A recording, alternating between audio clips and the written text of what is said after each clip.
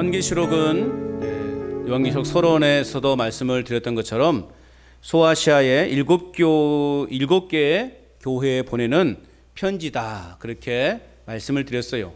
요한계시록의 내용은 편지다, 소아시아에 있는 일곱 교회들에게 보내는 편지의 내용이다 라고 그렇게 이해하시라 말씀을 드렸습니다. 또한 단지 일곱 교회만 해당되는 편지가 아니라 오늘날 이 땅에 존재하는 모든 교회들을 향한 하나님의 메시지다 라고도 말씀을 드렸어요. 결국 요한계시록은 이제 좀 더 구체적으로 이야기하자면 오늘 우리 간전제일교회를 향하신 하나님의 메시지다 라고 여러분 믿으시기 바랍니다. 일곱 교회에 보낸 이 편지의 내용을 유심히 살펴보면 정말 주님께서 기뻐하시는 교회가 어떠한 모습이어야 되는가를 우리에게 잘 가르쳐주고 있습니다. 진짜 예수님을 믿고 사는 사람은 어떤 교회를 꿈꿔야 할까요? 오늘 저와 여러분들이 속해 있는 우리 간전제일교회는 어떤 교회를 꿈꿔야 할까요? 여러분은 어떤 교회를 꿈꾸고 계십니까?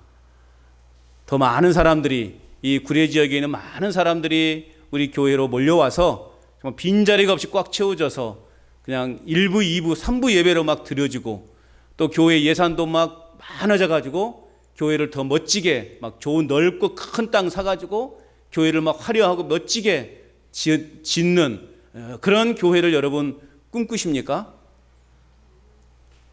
저는 꿈꿉니다. 그런 교회 되면 얼마나 좋겠습니까? 그죠? 그러나 정말 우리가 꿈꿔야 할 교회는 어떤 교회인가? 그러한 교회는 저를 기쁘게 하는 교회예요. 그런 교회는 여러분들을 기쁘게 하는 교회라고요.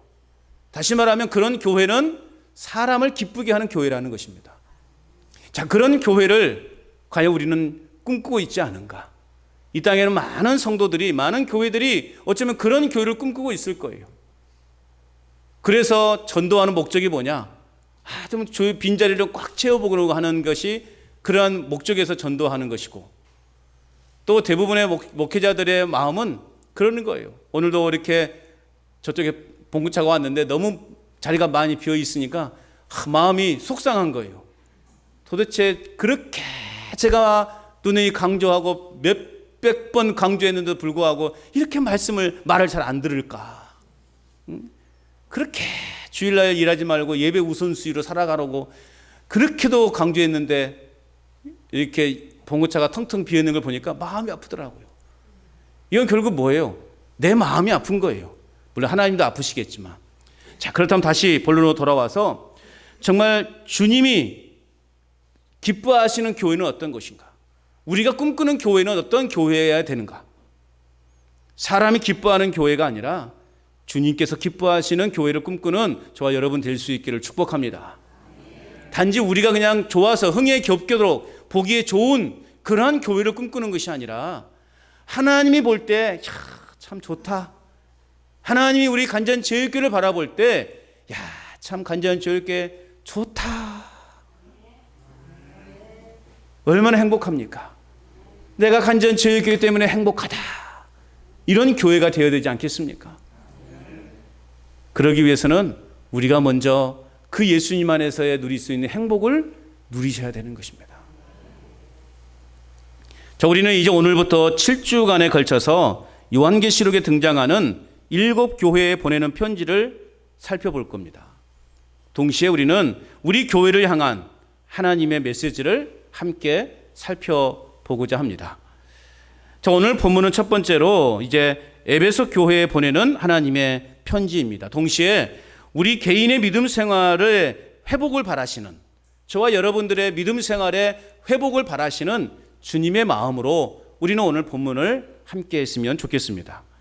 자, 그렇다면 오늘 우리의 신앙의 회복을 위해서 우리는 어떠한 노력을 해야 되는가예요. 또 우리 교회의 영적 회복을 위해서 우리는 어떻게 해야 되는가? 첫째는 주님이 다스리심에 무감각하지 않아야 된다는 거죠. 오늘도 주님이 우리 교회를 다스리고 계시고 주님이 내 인생을, 내 삶을, 우리의 가정을 다스리고 계심에 대해서 우리가 무감각하지 않아야 된다는 것입니다. 저 오늘 본문 1절 상반절에 보면 에베소 교회 사자에게 편지하라 그렇게 이야기하고 있습니다. 자, 7개 교회 가운데 첫 번째로 에베소 교회가 대상이 된 것은 왜일까? 7개의 교회 중에서 에베소 교회가 첫 번째 대상이 된 것은 당시 이 에베소는요, 이방 세계에 있어서 굉장히 중요한 역할을 하고 있었기 때문에 그렇던 거예요. 지리적으로도 에베소는요, 소아시아로 들어가는 가장 좋은 항구의 위치에 있었습니다. 가장 큰 도시였고 또 인구도 많았고 또 상업이 발달하여서 부유한 도시였다라는 거죠. 또한 이 에베소는 바울에게 있어서는요, 굉장히 밀접한 관계가 있었어요. 사도 바울이 선교에 있어서 가장 그의 선교의 베이스 캠프를 에베소 교회에 사도 바울은 세우려고 했어요.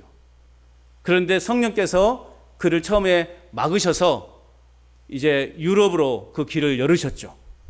사도 바울은 나의 선교의 기점을 이 에베소 지역에 두고 소아시아의 복음 전도를 위해서 이렇게 사역을 하려고 마음 먹고 있었어요. 그러나 어느 날 꿈에 마게도냐 사람들이 이 사도 바울에게 보여서 건너와서 우리를 도우라, 건너와서 우리를 도와달라라는 그런 환상을 보게 돼요. 그래서 사도 바울은 에베소로 내려가려고 하는 그 일정을 포기하고 배를 타고 유럽으로 넘어가요.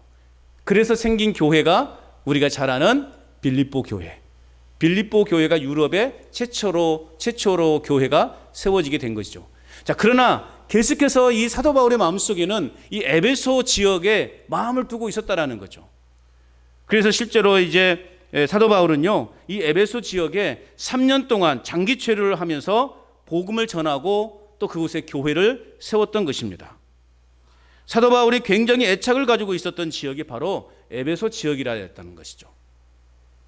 자, 그런데 그렇게 상업이 발달하고 부유한 그 도시, 그러나 문제는 반대로 에베소는 우상 숭배와 황제 숭배가 성행했던 곳이다 라고 그렇게 우리는 볼 수 있습니다.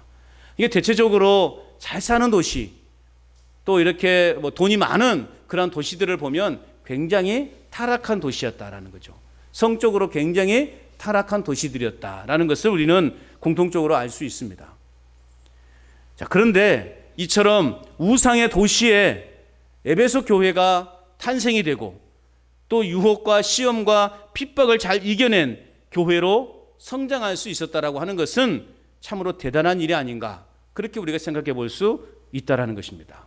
그래서 오늘 이제 요한계시록에서 소아시아 7교회에 보내는 편지 가운데 아마 어쩌면 에베소 교회를 그래서 첫 번째로 삼은 것이 아닌가, 그렇게 우리가 추측해 볼 수 있는 것입니다. 자, 7개의 각 교회마다 주님의 모습은요, 다르게 묘사되어서 등장합니다. 에베소 교회에 편지를 주시는 주님은 어떻게 오늘 묘사되고 있습니까? 자, 1절 말씀 우리 같이 한번 읽어보십시다. 1절 시작. 에베소 교회 사자에게 편지하라. 오른손에 있는 7별을 붙잡고 7 금 촛대 사이를 거니신 이가 이르시되. 자, 어떻게 주님이 묘사되고 있어요? 오른손에 있는 7별을 붙잡고 7 금 촛대 사이를 거니시는 이로 그렇게 묘사되고 있죠. 자, 이 말씀은 우리가 지난주 말씀에서 1장 20절 말씀에도 동일하게 되어 있죠. 내가 본 것은 내 오른손에 7별의 비밀과 또 7 금 촛대라. 7별은 7 교회의 사자요 7 촛대는 7 교회니라. 자, 이 묘사는 뭐냐? 결국 주님께서 교회에 헌신된 사역자들을 붙잡아 주신다, 또 교회를 지키시고 돌보신다라고 하는 말씀이에요. 그냥 어떻게 주님이 묘사되고 있느냐? 교회에 헌신된 사역자들을 붙잡아 주시고 또 교회를 지키시고 돌보시는 이로 오늘 에베소 교회 보내는 편지 속에 주님은 이렇게 등장하고 있다라는 것입니다. 이는 예수님께서 교회의 주인 되심을 다시 한번 강조하고 있습니다. 우리 교회의 주인은 누구십니까? 우리 교회의 주인은 누구십니까? 예수 그리스도이신 거예요. 제가 아니고 우리 장로님들이 아니고 또 어떤 교회는 어떤 분이 전 재산을 이렇게 헌금해가지고 교회를 세웠어요. 그럼 그 교회는 그분 겁니까? 주님 것입니까? 확실히 믿습니까? 그런데 나중에서 재산 또 달라고 그렇게 따지는 사람도 간혹 있긴 있어요. 그러면서 교회가 굉장히 어려워지는 그러한 경우도 있어요. 우리가 주님께 드렸다면 그것을 끝나는 거야 돼요. 그것을 끝이어야 되는 거예요. 우리가 주님께 드려졌음에도 불구하고 그 내 것처럼 생각하기 때문에 교회가 건강하지 못하는 거예요. 오늘 주님께서는 분명하게 말씀하고 있는 거예요. 교회의 주인은 예수님이시다라는 거. 주님이 돌보시는 교회 또 사역자들을 붙드시는 주님이라는 것을 오늘 묘사하고 있습니다. 자, 그러면서 오늘 편지에 하나님은 먼저 에베소 교회에 대해서 칭찬을 하셔요. 그 칭찬의 내용이 2절에 있죠. 자, 2절 말씀 같이 읽어봅니다. 시작. 내가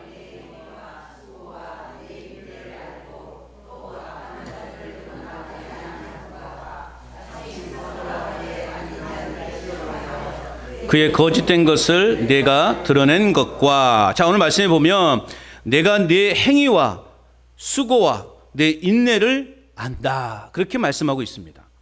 수고와 인내의 믿음을 오늘 주님께서는 칭찬하고 있습니다. 우리가 잘 아는 것처럼 당시 교회와 성도들은 많은 핍박을 받았어요. 이게 요한계시록이 쓰여진 당시만 해도 굉장한 핍박이 있었던 때, 그래서 사도 요한은 그 핍박 가운데서도 믿음을 지켜나가고 있는 성도들을 위로하기 위해서 쓰여진 것이 바로 요한계시록이라고 우리가 쉽게 이해하면 더 요한계시록을 가깝게 우리는 접할 수가 있는 것이죠. 자, 그럼에도 핍박이나 위협이 와도 목숨을 걸고 초대교회 성도들은, 이 에베소 교회 성도들은 믿음을 굽히지 않았다라는 것이죠. 그래서 하나님은 그들의 그 믿음을 칭찬하고 있는 거예요.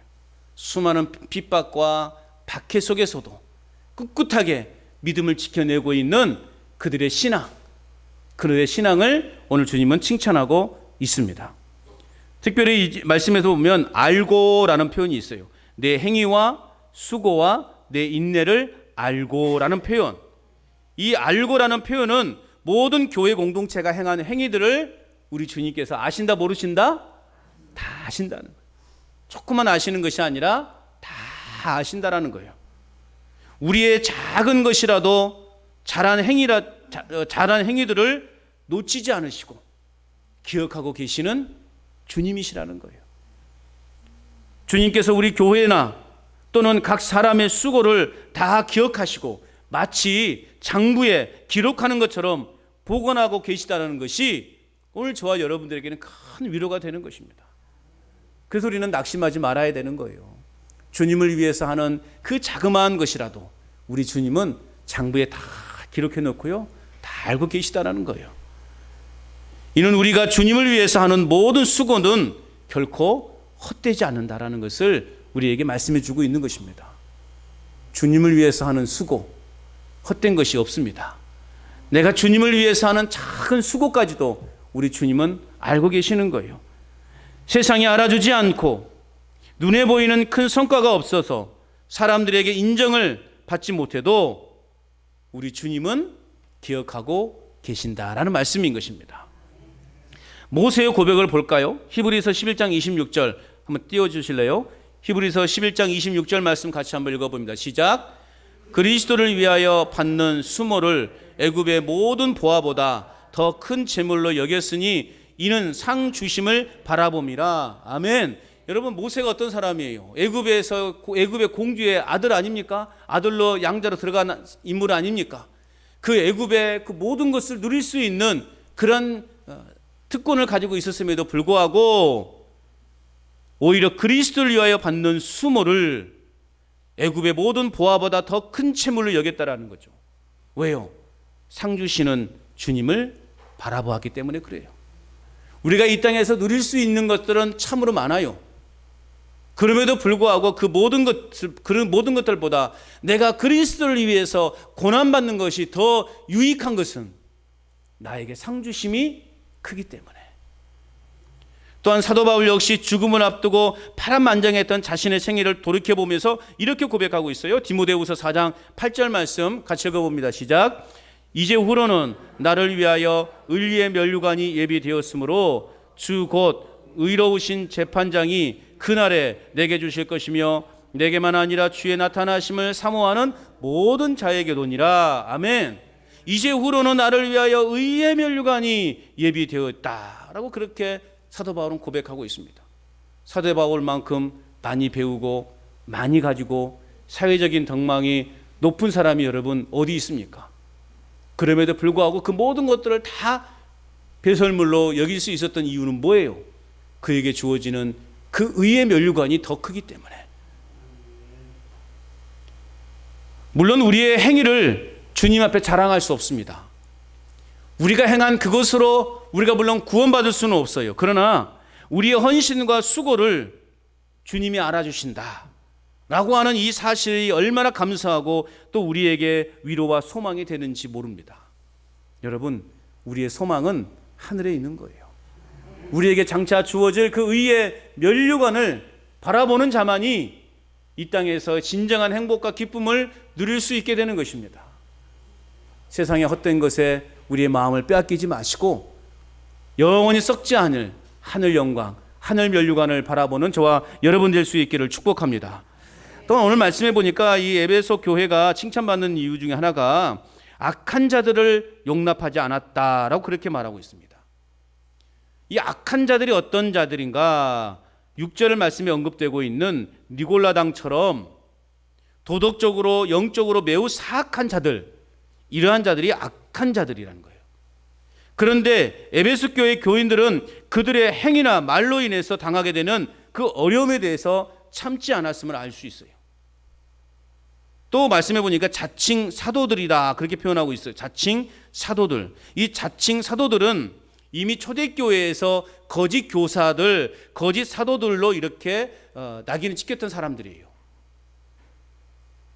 에베소 교회는 스스로 사도라고 지칭하는 자들을 어떻게 했느냐? 오늘 말씀해 보니까 시험하여 그들의 거짓된 것, 그들의 거짓말쟁이라는 것을 드러내요.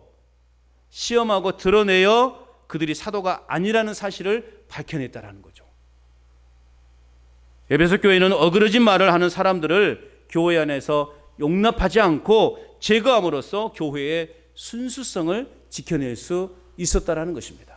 그것을 우리 주님은 칭찬하고 있는 것입니다. 가짜 사도들이 판을 쳤는데 그것을 분별해서 그들이 가짜가 아닌 것을 드러냈다라는 거죠. 교회 안에는 가짜 그리스도인들이 많습니다. 요즘은 더 많죠. 이단들이 몰래 들어와서 공동체를 막 뒤흔들려고 하는 그러한 경우들이 많아요. 에베소 교회 빗대에 보면 그들을요 드러내가지고 들춰내가지고 얘들은 가짜입니다 라고 그렇게 당당하게 이야기하고 그들을 쫓아내는 그러한 신앙을 가졌다라는 것입니다. 이 정도가 되기 위해서 여러분 이 에베소 교회 성도들은 얼마나 성숙한 단계에 이르렀겠냐고요. 얼마나 많이 신앙 교육을 했고 얼마나 많이 기도했고 얼마나 많이 말씀 가운데 거했겠냐고요. 그런 덕분에 교회 안에 판치고 있는 가짜들을 들춰냈다라는 거예요. 드러내서 쫓아냈다라는 거죠. 그래서 여러분 우리가 말씀을 받아야 되는 것입니다. 말씀으로 충만해져야 되는 거예요.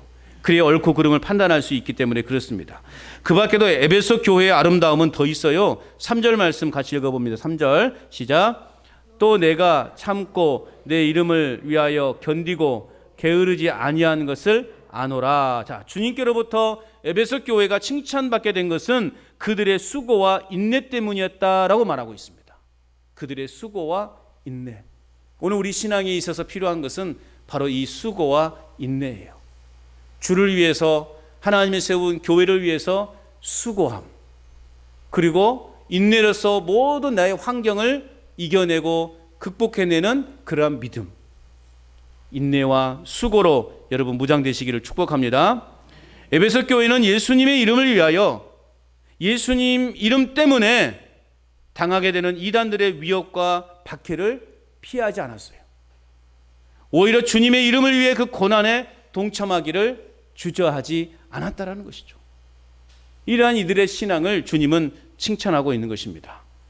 오늘 우리 역시도 에베소 교회처럼 우리 교회도 예수님의 이름 때문에 예수님의 이름을 위하여 주님의 고난에 동참하기를 주저하지 않는 저와 여러분의 삶이 될 수 있기를 축복합니다.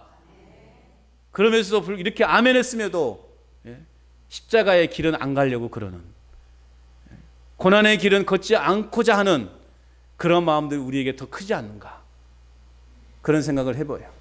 좀 더 편하게 신앙생활 해보고 싶고, 또 내가 그냥 누릴 수 있는 것만 누리고 또 듣기 싫은 것은 듣지 않고 그렇게 신앙생활하고 싶은 그런 마음이 있지 않은가. 이게 사람들은요, 여기까지만 들으려고 해요. 3절까지만 우리가 들으려고 해요. 어떤 목사님이 그렇게 설교를 하더라고요. 한국 교회가 이렇게 분열되고 이렇게 정말 세상 속에 영향력을 나타내지 못하고 계속해서 이 부패해가는 이유는 뭐냐? 칭찬만 들으려고 하니까 그렇다라고 그렇게 이야기하시면서 4절 이하에 대해서 굉장히 이제 강조하고 계시더라고요. 조금만 기다리십시오. 아직 4절 안 갔습니다. 어쨌든 오늘 우리 삶 가운데 깊숙이 간섭하셔서 우리의 삶을 온전히 붙잡고 계시는 주님의 능력을 힘입어 살아가는 저와 여러분 될 수 있기를 바랍니다. 주님은 나의 작은 부분일지라도 잘한 행위들에 대해서는 놓치지 않으십니다. 그것을 기억하시고 그에 합당한 복을 우리에게 부어주시는 분이라는 것입니다.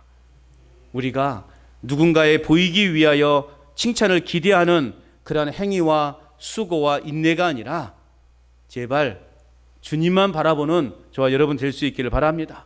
주님만을 위한 삶, 그래서 힘겹더라도 참고 주님을 위해 견디고 게으르지 않는 신실한 그리스도인으로 살아가는 저와 여러분이 되어야 하지 않겠습니까? 교회는 이름도 없이 빛도 없이 섬기고 또 헌신하는 그러한 분들 때문에 교회는 교회로서의 존재를 이루고 있는 것입니다.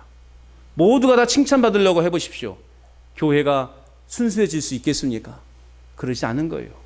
그래서 여러분, 교회를 섬김에 있어서는 사람의 칭찬을 기대하지 마시고, 설령 목사가 칭찬하지 않는다 할지라도 실망하지 마시고, 나의 이 수고와 나의 이 헌신을 우리 주님은 그래도 기억하시겠지. 아니, 기억하실 거야. 아니, 기억하실 줄로 믿습니다.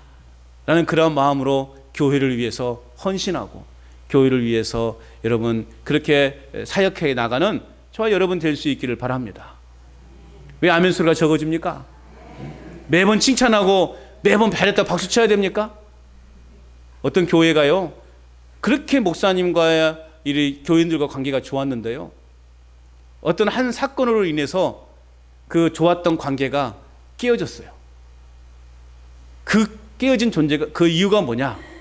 이제 그 장로님이요, 어떤 이제 교회 선교부를 맡고 있어가지고 교회에서 섬기는 후원하는 그 선교지를요, 잠시 어떤 일 때문에 한 며칠 다녀왔어요.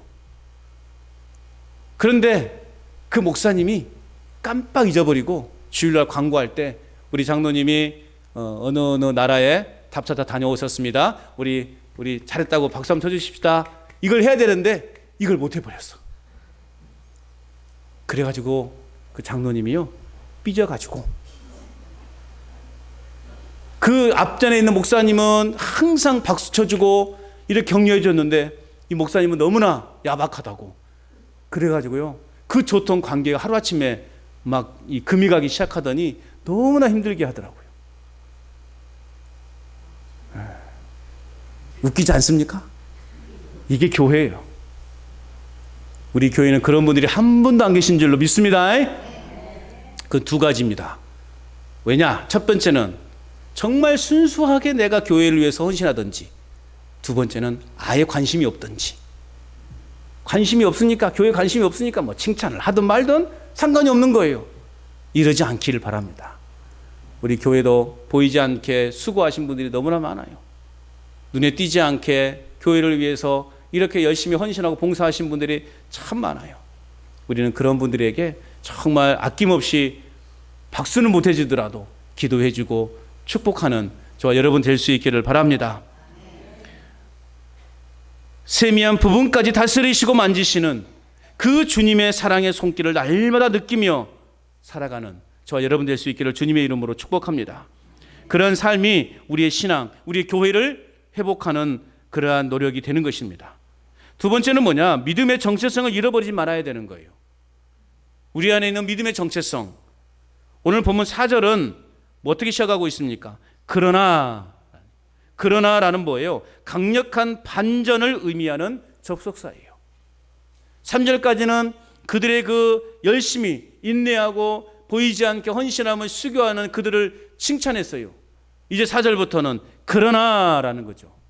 에베소 교회가 칭찬을 받았지만 그러나 책망받을 내용이 있다라는 것이죠. 에베소 교회는 평균 수준을 넘어서는 교회였어요. 괜찮은 교회였단 말이죠. 그러나 위대한 교회가 되기 위해서 한 가지가 부족했다라는 거죠. 4절입니다. 4절 읽어봅니다. 시작. 그러나 너를 책망할 것이 있나니 너의 처음 사랑을 버렸느니라. 아멘. 에베소 교회가 책망받은 이유가 뭐예요? 처음 사랑을 버렸다라는 거죠. 엄청 열심히 있었어요. 교회를 위해서 너무나 열심히 일했어요.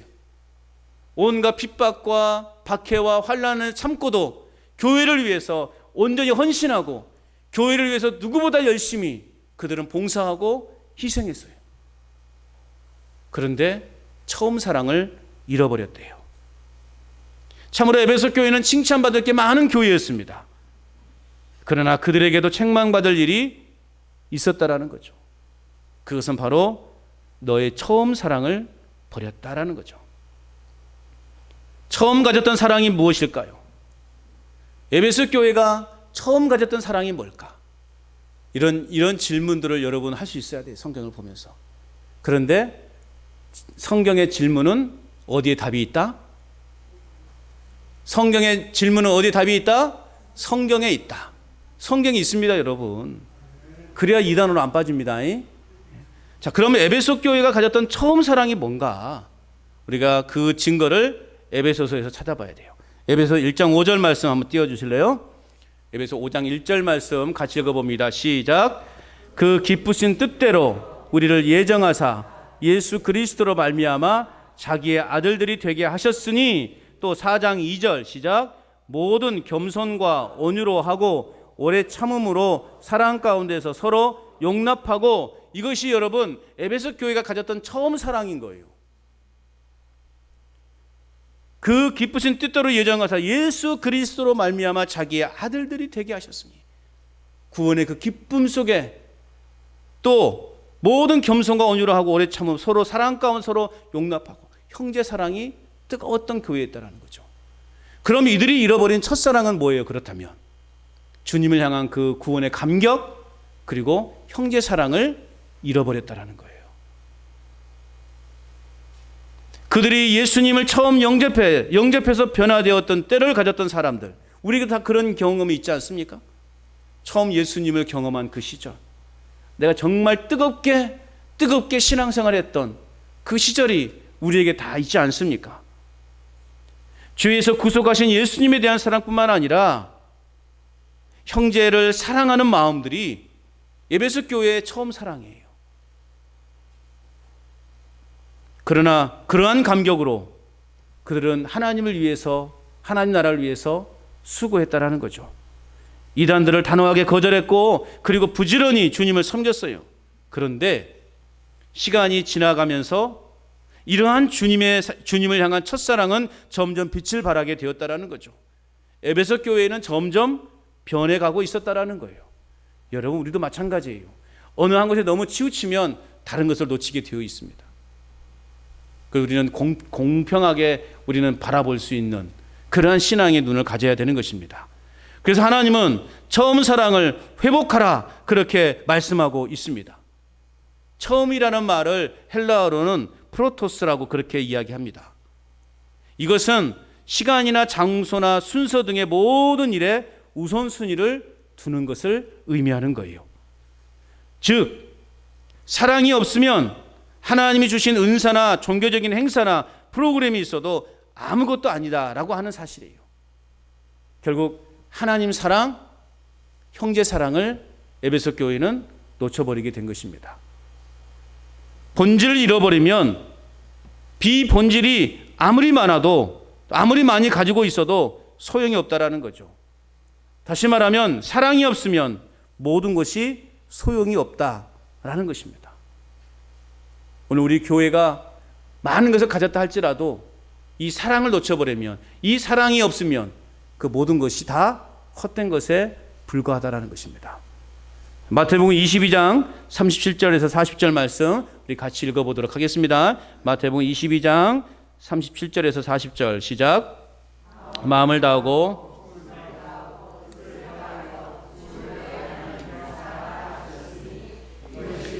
첫째 되는 계명이요 둘째는 그와 같으니 내 이웃을 내 몸과 같이 사랑하라 하셨으니 이 두 계명이 온 율법과 선지자의 강령이니라. 선지자의 뭐다? 강령이니라 표현했어요. 강령. 제가 왜 이 강령을 빨간 글씨로 해놨을까요?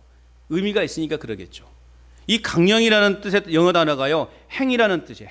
행이라는 단어를 쓰는데 이 의미는 뭐냐? 옷걸이, 걸다, 매달다라는 뜻이에요.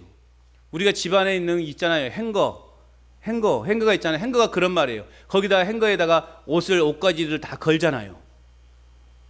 자, 우리는 이 옷걸이 위에 우리가 드리는 헌금과 우리의 수고와 우리의 각종 은사들을 다 그곳에 걸어 놓습니다. 그런데 그 옷걸이가 벽에서 빠져버리면, 그 옷걸이가 그 벽에서 빠져버리면 어떻게 될까요? 우리가 드리는 헌금과 또 우리가 드리는 수고와 우리의 각종 모든 은사들이 다 땅바닥에 내팽개치게 되어지지 않겠습니까? 그래서 바로 사랑은 뭐냐? 사랑이 바로 옷걸이라는 것이에요. 오늘 말씀에도 의하면 사랑은 옷걸이에요. 그 모든 것 위에 다 걸게 되어 있습니다. 그런데 어느 날 가끔씩 그런 경우가 있지 않습니까? 저도 그래서 이제 행거를 안 쓰거든요. 어느 날 가보면 집에 접촉방에서 깜짝 놀라요. 소리를 질러요. 가보면 행거가 무너져가지고 그냥 옷들이 그냥 땅바닥에 다 팽개쳐져 있는 그 모습을 가끔씩 봤거든요. 그래서 이제는 이거 못 쓰겠다. 그래가지고 행거를 지금 뭐에 쓰고 있는지 아십니까? 이 오이 텃밭에다가 오이 줄기 달려고 거기 쓰고 있어요. 지금 집에서 안 쓰고. 그런 의미예요. 이 사랑이 뭐냐? 행거, 옷걸이라는 거예요. 이게 그 사랑 위에 우리는 모든 것을 쌓아가는 거예요. 근데 그 사랑이 무너져 버리면, 그 사랑이 빼내져 버리면 어떻게 될까요? 모든 것들이 무너져 버리게 된다는 거예요. 우리 교회가 사랑의 이 터 위에 쌓아 올라가야 되는 것입니다.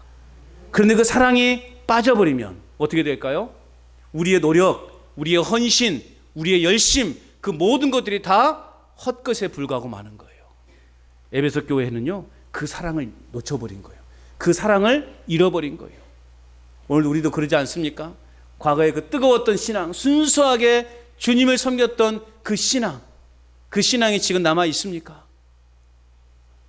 그 신앙이 지금도 남아 있어요? 저도요, 그런 일들이 왜 없었겠습니까? 서울에서 신앙생활 할 때요, 좀 극성맞은 전도사님이 계셨어요. 여자 전도사님이셨는데 가만히 냅두지를 않아요. 그래가지고요, 금요일날 심야 기도회 끝나면요, 집에 안 가게 우리를 데리고요, 영락기도원으로 데리고 갑니다. 산기도 하러 가는 거예요. 그래가지고 가면은요, 새벽 2시까지 집회합니다. 새벽 2시까지 집회하고요, 이제 각자 산으로 올라가가지고요, 또 기도방이 다 있어요. 거기다 밀어넣고 나오지 말래요. 그래서 막 이제 눈물 콧물 흘리며 기도했던 그 시절이 있었습니다. 또 제가 막 어머니처럼 모시는 그 지금 목사님이신데 그 전도사님도 참 극성 맞아요. 저를 데리고 장신대 기도탑이 있습니다. 거기에 데리고 올라가더니 기도방에 저를 쳐놓고요, 밖에서 문을 잠가버려요. 내가 열 때까지 나오지 말라고. 그럼 제가 거기서 뭐 해야 됩니까? 뭐 해야 됩니까? 기도해야 되죠. 너의 비전을 발견해라 하면서 저를 집어넣어놓고 그냥 기도만 하게 하는 거예요. 그랬던 시절이 있었어요. 그러면서 그 안에서 기도하면서 또 방언으로 기도하게 되고 막 하나님의 놀라운 능력을 체험하게 되고 그랬던 기억이 있었어요. 그런데 그 열정, 그 신앙이 지금 어디 있는가?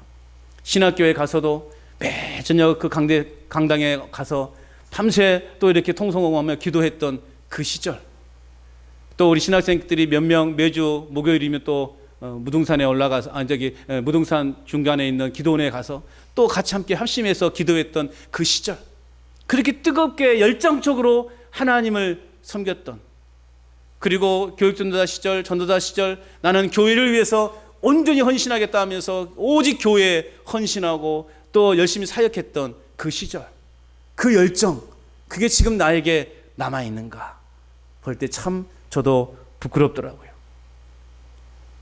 하나님을 향한 그 사랑, 이웃에 대한 그 사랑이 빠져버리면 우리가 아무리 노력하고 아무리 많은 것을 쌓았다 할지라도 그것은 한순간에 무너지고 마는 것이 되고 만다는 것입니다. 그래서 결국 사랑이라는 옷걸이가 빠져버리면 불 꺼진 촛대와 같은 거예요. 불 꺼진 촛대는 의미가 있어요, 없어요? 필요 있어요, 없어요? 필요가 없다라는 거죠. 에베소 교회는 처음 사랑을 버렸기 때문에 불 꺼진 촛대였다라는 것입니다. 주님에 대한 사랑을 잃어버리면 당연히 이웃에 대한 사랑도 잃어버리게 되어 있습니다. 하나님의 사랑을 체험하면 그 사랑을 주위 사람들에게 나누어 쓰고 싶은 마음이 간절한 거예요. 그러나 하나님의 사랑을 잃어버리면 남을 사랑할 수 없게 되는 것입니다. 내가 이웃에 대한 사랑이 부족한 것 같다라고 생각되어지면 하나님의 사랑이 나에게 지금 부족하구나 라고 여기시면 되는 것입니다. 자, 5절 말씀도 계속 읽어봅니다. 5절 시작. 그러므로 어디서 떨어졌는지를 생각하고 회개하여 처음 행위를 가지라. 만일 그리하지 아니하고 회개하지 아니하면 내가 내게 가서 내 촛대를 그 자리에서 옮기리라. 그래서 에베소 교회 교인들에게 이제 그들이 처음 사랑을 회복할 수 있는 그 방법을 지금 가르쳐주고 있는 거예요. 믿음의 정체성을 잃어버리지 않기 위해서는 어떻게 해야 되는가? 첫째는요, 어디서 떨어졌는지를 생각하라는 것입니다. 어디서 떨어졌는지를 생각하라. 누가복음 15장에 나오는 탕자의 타락은 어디서 시작되어졌을까? 아버지의 사랑을 잊어버렸기 때문이다. 구원의 은총, 그 사랑, 은혜의 감격을 그래서 우리는 잊지 말아야 되는 것입니다. 둘째, 우리는 어떻게 정체성을 잃어버린 정체성을 찾아야 되는가? 두 번째는 그래서 어디서 떨어졌는지를 생각하고 뭐하라? 회개하라는 거예요. 회개해야 되는 거예요. 회개는 아버지의 사랑을 기억하고 돌아오는 거예요.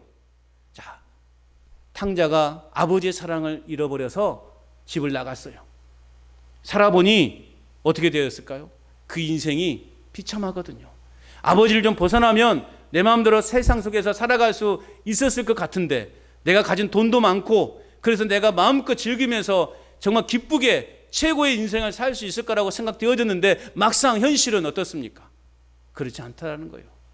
그래서 그 인생 절박해질 때 그는 비로소 아버지의 사랑을 기억하고 아버지의 집으로 돌아옵니다.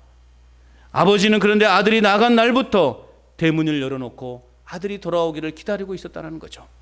아직도 거리가 먼데도 불구하고 아버지는 멀리서 달려오는 그 힘없이 걸어오는 그 아들의 모습을 보고 그 아버지는 뛰어가서 그 아들을 품에 안고 그에게 최고의 옷을 입히고 그리고 큰 잔치를 벌이는 것입니다. 변함없는 아버지의 사랑이 있었기 때문에 이 탕자는 용서를 받을 수 있었다는 거죠. 우리 믿음을 어떻게 회복할 수 있냐고요? 내가 무엇이부터 잘못되었는가? 아버지의 사랑을 다시금 생각하고 아버지께로 돌아오는 것에서 시작되는 것입니다. 그리고 세 번째는 뭐라고 되어 있어요? 처음 행위를 가지라. 처음 행위를 행하는 것입니다. 그렇지 않으면 어떻게 하겠다는 거예요? 내 촛대를 그 자리에서 옮겨버리겠다. 교회와 성도의 정체성은 세상 가운데 복음의 빛을 비추는 정체성을 가지고 있습니다. 그런데 그 정체성을 상실하면 교회는 어떤 곳이 되는가? 죽은 교회가 되는 거예요. 생명의 빛이 꺼져 버렸으니 그 교회가 어떻게 되겠냐고요? 죽은 교회가 되는 거예요. 결국 그 교회에서 신앙생활하고 있는 성도는 또 어떻게 되냐고요? 교회로부터 생명을 공급받아야 되는데 그 생명의 공급이 전달받지 못하기 때문에 그 교인들도 성도들도 다 죽은 목숨이라는 거예요. 우리는 교회로부터 생명을 얻어야 되는 거예요. 생명을 공급받아야 되는 거예요. 그래서 교회가 살아있는 교회가 되어야 되는 거예요. 그 살아있는 교회의 증거는 뭐예요? 세상을 향하여 생명의 빛을 발하는 거예요. 살아있기 때문에 빛을 발하는 거예요. 우리 교회가 살아있는 교회가 될 줄로 믿습니다. 여러분도 살아있는 생명인 줄로 믿습니다. 여러분, 빛 대신 예수 그리스도를 믿으시기 바랍니다. 그러나 예수님의 말씀에 순종하지 않아서 우리의 믿음의 정체성을 잃어버릴 때 언제든지 그 촛대를 옮길 수 있다는 것을 우리는 잊지 말아야 돼요. 그리고 나를 전능하신 손을 붙잡고 계시는 그 손을 놓을 수도 있다라는 이 경고의 메시지를 오늘 우리는 귀담아 들어야 되는 것입니다. 주님이 우리 손을 붙잡고 있는데 우리를 놓아버릴 때도 있다라는 거예요. 그러지 않아야 되지 않겠습니까? 우리의 신앙의 회복을 위해, 우리 교회 영적 성장을 위해 내 자신과 우리 교회의 정체성을 잃어버리지 않도록 우리가 힘써 기도하고 힘써 앞으로 나아가는 저와 여러분 될 수 있기를 바랍니다. 끝으로 우리 신앙의 회복을 위해서 우리는 영적인 분별력을 소멸시키지 말아야 되는 거예요. 에베소 교회는 영적 분별력이 있었습니다. 거짓 선지자와 자칭 사도라 하는 자들의 가르침을 따르는 니골라당의 행위를 밝혀냈어요. 자, 이 니골라라는 이 뜻은 이 표현은 이스라엘의 흔한 그러한 헬라식 이름이었어요. 그러니까 거짓 선생들이 이 니골라의 이름으로 활동했던 것으로 보여요. 그래서 니골라 당이 된 것 같아요. 그렇게 학자들이 이해합니다. 자, 그러면 니골라 당이 구체적으로 누구를 지칭하는 것이고 또 어떤 일을 행하는지는 우리는 정확하게 알 수 없어요. 그런데 대부분 구약의 이방의 선지자인 발람의 교훈을 따르는 무리들로 보는 경향가 높다라는 거예요. 발람의 견해, 발람의 행위. 발람이 누군지 아십니까? 아침에 이렇게 새벽기도를 하신 분들은 아마 들어는 보셨을 거예요. 제가 최근에 이 발람에 대해서 이야기했기 때문에. 발람은요, 출애굽 당시 모압 왕이 사주를 받아요. 이름도 비슷한 발락 왕의 사주를 받아가지고 이 발람 선지자를 통해서요 이스라엘을 저주하게 하는 거예요. 그래가지고 이 말이 안 가니까 말을 막 뺨을 때리잖아요. 3번 때리잖아요. 그러니까 말이 그래요. 왜 때리요? 실제예요. 말이 말을 한다니까요. 왜 때려요 나를? 그래서 이놈아, 네가 주인의 말을 안 들으니까 때리지. 그러니까 말이 뭐라고 하는지 아세요?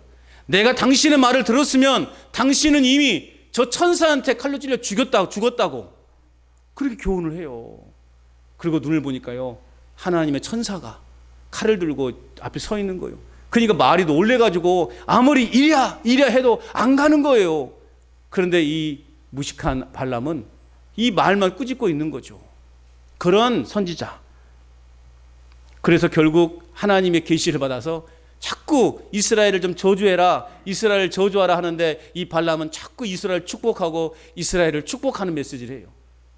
자, 그런 발람이라는 거죠. 그래서 출애굽 당시 아무튼 왕의 사주를 받아서 이스라엘 백성들을 타락시키기 위한 꾀를 내었던 사람이에요.